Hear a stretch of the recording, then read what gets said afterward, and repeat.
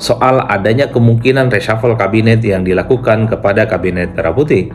Karena memang harus kita akui, sebelum Prabowo Subianto mengatakan tidak ada reshuffle, seminggu, 2 minggu, dan bahkan sebulan sebelumnya, begitu banyak sebenarnya spekulasi-spekulasi liar dan dugaan-dugaan soal kemungkinan-kemungkinan Prabowo Subianto itu akan melakukan reshuffle kabinet.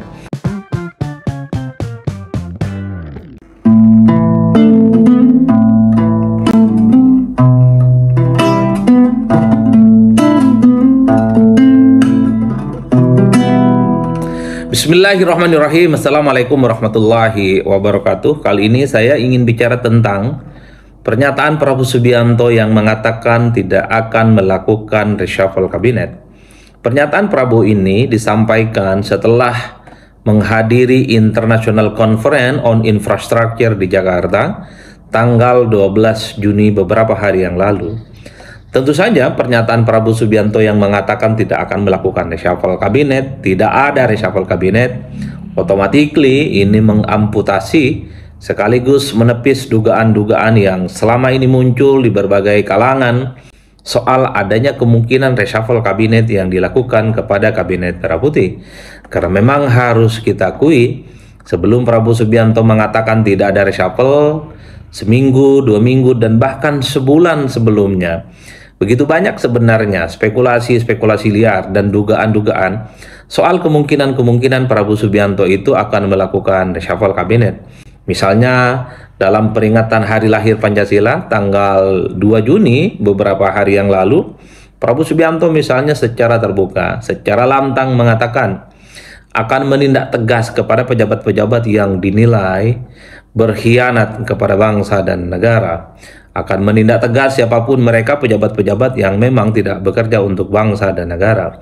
Itu adalah pemantik yang sebenarnya publik menduga-duga bahwa ini jangan-jangan akan ada reshuffle kabinet kepada para pembantu dan kepada siapapun pihak-pihak yang selama ini berada di inner circle kekuasaan pemerintah.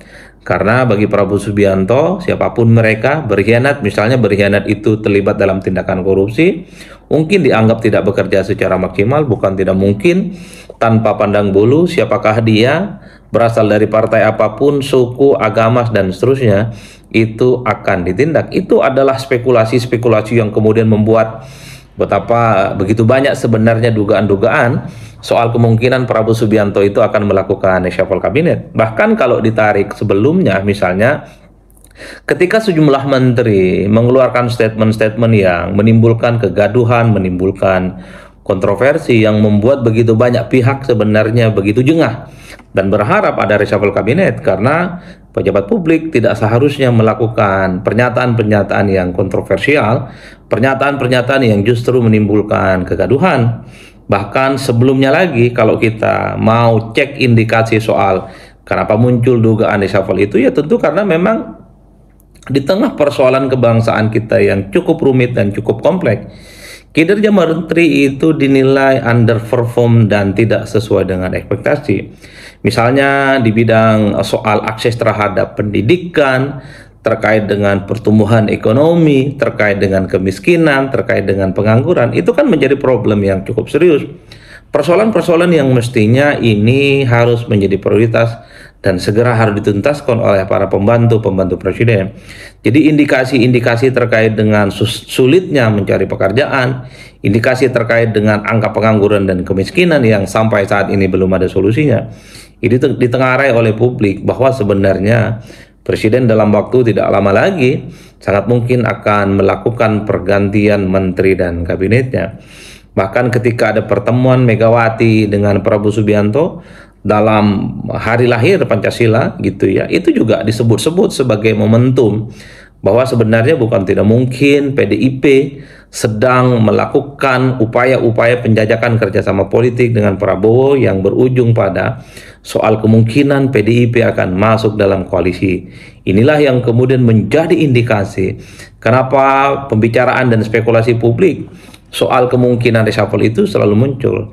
Tapi dilalahnya ketika tanggal 12 Juni setelah mengikuti International Conference on Infrastructure, Prabowo Subianto menepis itu semua. bahwa tak ada reshuffle, tak ada pergantian. Prabowo meyakini bahwa semua timnya, semua pembantunya itu bekerja keras dan bekerja maksimal. Meski Prabowo Subianto mengakui mungkin satu dua ada para pembantunya itu yang mengeluarkan statement-statement yang sempat menimbulkan kegaduhan dan kontroversi, itu dianggap wajar karena sebagai pejabat-pejabat mungkin masih ada yang baru dan belum menyesuaikan dengan ritmenya sebagai pejabat. Tapi overall ini case close. Jadi publik jangan lagi ada yang kemudian berspekulasi, apalagi menduga-duga soal kemungkinan adanya reshuffle setelah Presiden Republik Indonesia secara definitif, secara pasti mengatakan bahwa tak ada reshuffle, tak ada pergantian kabinet, dan semua pembantu presiden itu sudah bekerja keras dan bekerja dengan maksimal.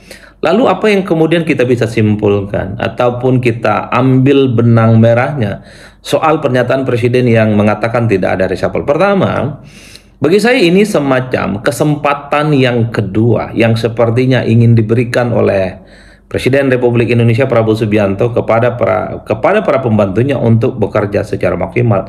Saya kira, hakul yakin bahwa sebenarnya Presiden sudah punya listing siapa sebenarnya menteri-menteri itu yang kinerjanya underperform, tidak sesuai dengan ekspektasi, menimbulkan kegaduhan, menimbulkan kontroversi, dan tidak sesuai dengan harapan. Cuman kenapa tidak dilakukan reshuffle? Tentu ini cari waktu yang pas sebenarnya untuk melakukan pergantian. Inilah yang saya sebut semacam ini adalah semacam second opportunity, semacam kesempatan yang kedua yang mestinya harus dilihat oleh para pembantu, oleh para orang-orang di sekitar pemerintah untuk segera bisa menentukan agenda dan keinginan-keinginan dari seorang presiden. Oleh karena itu, jabatan politik, jabatan publik, apapun itu seperti menteri, wakil menteri, kepala badan, dan kepala lembaga yang dianggap setara dengan menteri harus mulai bekerja secara maksimal, harus bekerja keras. Apapun yang dilakukan oleh mereka tentu harus sesuai dengan ekspektasi. Apapun misalnya harus mampu menuntaskan persoalan-persoalan krusial yang memang ini menjadi tujuan dari pemerintah saat ini, yaitu Pak Prabowo Subianto. Oleh karena itu, ketika Prabowo mengatakan tidak ada reshuffle, ini semacam kesempatan yang kedua yang diberikan secara terbuka supaya para pembantunya itu bisa membenahi celah, membenahi kekurangan, dan harapan-harapan semoga Indonesia itu semakin mantap sesuai dengan visi pemerintah dan presiden, sesuai dengan harapan. Itu yang pertama. Nah, yang kedua secara prinsip adalah ini sebagai bentuk bagaimana Prabowo Subianto itu melihat bagaimana potensi-potensi yang dimiliki oleh kabinetnya yang dianggap sebagai the dream team kabinet terbaik, itu harus ada pembuktiannya. Apa pembuktian yang nyata dari ini semua? Adalah kinerja yang tuntas, adalah kinerja yang maksimal, sesuai dengan tupoksinya, sesuai dengan kinerjanya masing-masing. Oleh karena itu, kita masih ingatkan, hingar-bingar, pujian, tepuk tangan, aplaus terjadi di mana-mana ketika kabinet merah putih ini dibentuk, yaitu kabinet yang dinilai solid, kabinet yang diisi oleh orang-orang terbaik, kabinet yang diisi oleh mereka yang memiliki kapasitas, kompetensi, dan seterusnya, dan seterusnya. Jadi Prabowo sebenarnya ketika mengatakan tidak ada reshuffle, ini semacam momen pembuktian kepada para menteri, wakil menteri, kepala badan, dan kepala lembaga. Saatnya Anda semua itu menunjukkan kepada rakyat soal kinerja yang baik dan kinerja yang sesuai dengan harapan. Apa? Minimal program-program prioritas, minimal program-program yang down to earth pro kerakyatan itu bisa selesai. Seperti yang sudah saya sebutkan tadi. Persoalan yang kita hadapi saat ini adalah persoalan ekonomi. Jadi siapapun yang terlibat dalam tim ekonomi di sekitar presiden, tak ada lagi cerita. Ini adalah kesempatan untuk membuktikan bahwa tim ekonomi yang ada di sekitar presiden mampu memutuskan persoalan ekonomi. Apalagi persoalan sulitnya mencari pekerjaan. Kan kita melihat beberapa waktu yang lalu, job fair terjadi di mana-mana, ada di Bekasi, ada di Jakarta. Bukan hanya dikerubungi oleh ratusan orang, tapi kan ini menunjukkan satu realitas politik bahwa angka pengangguran, sulitnya orang mencari pekerjaan adalah program yang cukup serius. Dalam konteks inilah siapapun yang terlibat di dalamnya terkait dengan soal bagaimana mencari pekerjaan, soal pengangguran, itu harus mampu mencari solusi-solusi yang konkret, solusi-solusi yang mantap, sehingga apapun yang kita hadapi di masa-masa yang akan datang itu tentu sesuai dengan harapan. Begitupun dengan problem kemiskinan, begitupun misalnya dengan problem kesejahteraan. Itu adalah hal-hal yang real yang saat ini dihadapi oleh kebangsaan kita. Oleh karena itu, dua hal inilah yang saya paling mungkin kita bisa petik hikmahnya dari pernyataan seorang presiden yang mengatakan tidak ada reshuffle apa. Ini kesempatan yang kedua kepada para menteri dan kepada para pembantu yang lain untuk Anda berbenah dan bekerja keras. Nah, yang kedua adalah ini semacam moment of the truth, bahwa Anda itu adalah menteri terbaik, wakil menteri terbaik, kepala badan terbaik, kepala lembaga terbaik, sebagai orang yang dinilai punya inisiatif, punya karakteristik, punya kemampuan untuk membantu mewujudkan kinerja-kinerja dari seorang presiden. Oleh karena itu, bagi saya mungkin ini adalah bagaimana Prabowo Subianto mencoba untuk melihat kembali para menterinya ini bisa bekerja dengan tuntas, mampu melakukan koordinasi, mampu mewujudkan visi misi yang ada. Tanpa itu semua, saya kira memang kita semua tinggal menunggu kira-kira reshuffle itu akan dilakukan oleh seorang presiden. Tapi ala kulli hal bagi saya, reshuffle itu entah kapanpun akan dilakukan, entah akhir tahun ini, atau tahun bulan depan, atau 2 tahun lagi. Itu adalah sesuatu yang niscaya. Karena reshuffle dalam tanda kutip, ini kan sunnatullah dalam tanda kutip. Apa yang disebut dengan sunnatullah? Siapapun presidennya pasti ada pergantian kabinet. Siapapun presidennya pasti ada rombak kabinet. Tujuannya apa? Untuk mengganti menteri-menteri yang tidak bekerja sesuai dengan ekspektasi. Kenapa ada pergantian menteri? Tentu supaya keinginan presiden, visi misi, ekspektasinya itu sesuai dengan harapan. Tapi biasanya ada beberapa anasir-anasir yang kemudian bisa kita tangkap. Kenapa keharusan dalam tanda kutip reshuffle itu mesti dilakukan? Entah ini tahun ini, entah tahun depan, ataukah 2 tahun lagi. Kenapa dianggap sebagai sebuah keharusan dalam sebuah pemerintahan? Ya banyak faktor. Pertama soal kinerja, yang kedua adalah faktor politik. Misalnya kalau ada partai politik, menteri-menteri yang tidak lagi misalnya tidak tertib secara politik, itu bukan tidak mungkin akan tinggal nunggu waktu untuk segera diganti oleh yang lain. Atau yang ketiga, karena ada faktor pihak lain, ada partai lain yang kemudian ingin diajak gabung dan kemudian harus mengeluarkan orang-orang yang saat ini berada di luar kekuasaan politiknya. Wajar kalau kemudian ketika ada pertemuan Prabowo Subianto dengan Megawati dalam momen pertemuan hari lahir Pancasila beberapa hari yang lalu, kemudian ditindaklanjuti oleh sejumlah elit Gerindra, bertemu dengan Megawati misalnya di kediamannya di Tugu Umar, itu kan juga memantik spekulasi soal kemungkinan akan ada reshuffle karena ada keinginan untuk memasukkan kader-kader terbaik dari PDIP untuk menjadi bagian dari pemerintah.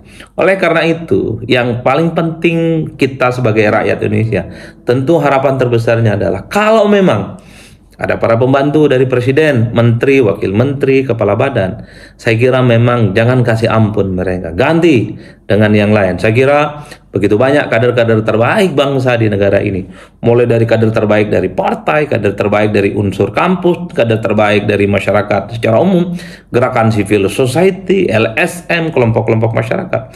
Saya kira banyak orang yang ingin memberikan dedikasi dan sumbangsih yang besar untuk mewujudkan bagaimana visi misi dan keinginan presiden untuk mensejahterakan bangsa Indonesia di masa-masa yang akan datang. Kita tunggu kesempatan yang kedua yang diberikan oleh presiden kepada para pembantunya dengan cara adalah pembuktian kinerja. Tak ada lagi cerita menteri untuk tidak kerja secara maksimal. Tidak ada lagi cerita menteri supaya mereka itu misalnya tidak sesuai dengan ekspektasi.